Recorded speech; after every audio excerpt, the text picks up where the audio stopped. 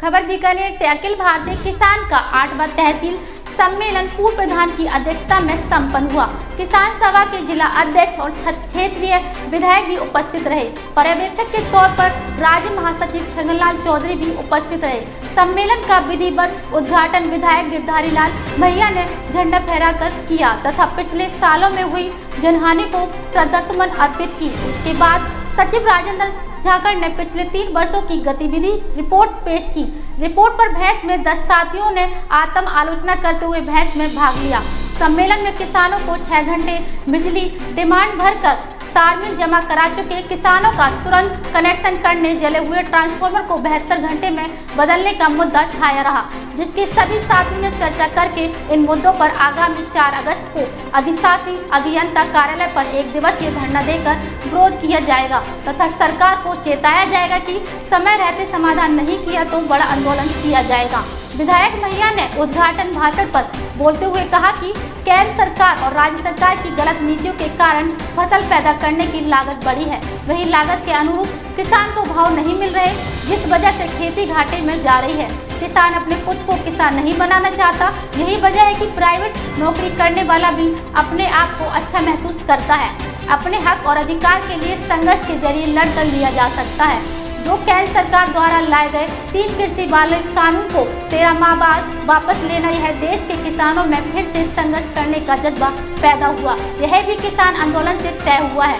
संघर्ष एकमात्र रास्ता है। पर्यवेक्षक राज्य महासचिव छगनलाल चौधरी ने बताया कि बीकानेर जिले के किसानों को फसल बीमा का पूरा क्लेम नहीं मिल रहा। बीमा कंपनियां मनमर्जी करके किसानों को खुश करने के लिए कुछ किसानों के नाम से मात्र का क्लेम देकर इत्रसी कर लेते हैं। यहां पर 2019 से लेकर खरीफ 2021 तक का क्लेम बाकी पड़ा है। चूरू जिले के किसानों ने संघर्ष के जरिए आंदोलन कर सरकार और बीमा कंपनियों के नकल डालकर भी आंदोलन करके बकाया फसल बीमा क्लेम लेना पड़ेगा तथा संघर्ष से ही बीमा कंपनियों के एकाधिकार को तोड़ा जा सकता है और किसानों का समय पर इसका फायदा मिल सकता है। इसके साथ किसानों के संगठन और सदस्यता पर बोलते हुए गांव-गांव में इसकी इकाई गठित करके ही संघर्ष को मजबूत किया जा सकता है, जिससे आपकी लड़ाई मजबूत होगी। श्री डूंगरगढ़ तहसीलगढ़ के जागरूक किसानों से राजस्थान के किसान संघर्ष के जज्बे की उम्मीद करते हुए संघर्ष की अगुवाई करने वाले किसान ने सुमार समझते तथा इसके बाद देवी सिंह भाटी ने फसल बीमा के बकाया क्लेम दिलवाने का प्रस्ताव रखा, जो सर्व सम्मति से पारित किया गया।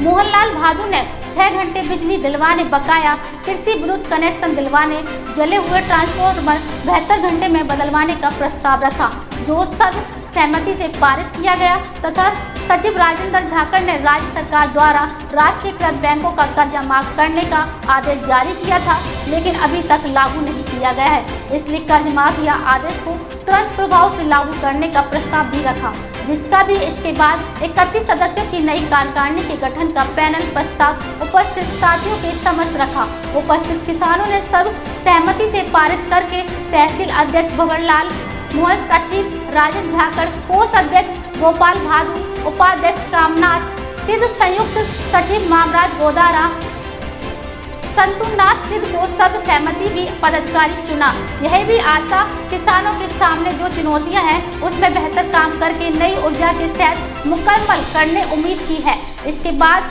अध्यक्षता कर रहे पूर्व प्रधान राम मेघवाल ने समापन और धन्यवाद भाषण दिया। सम्मेलन में सैकड़ों किसान साथी शामिल हुए। सम्मेलन की कामयाबी किसान सभा जिंदाबाद, हमारा संघर्ष जिंदाबाद के नारों के साथ संपन्न हुआ, जिसका संचालन और बहस का जवाब मोहन भादु ने किया।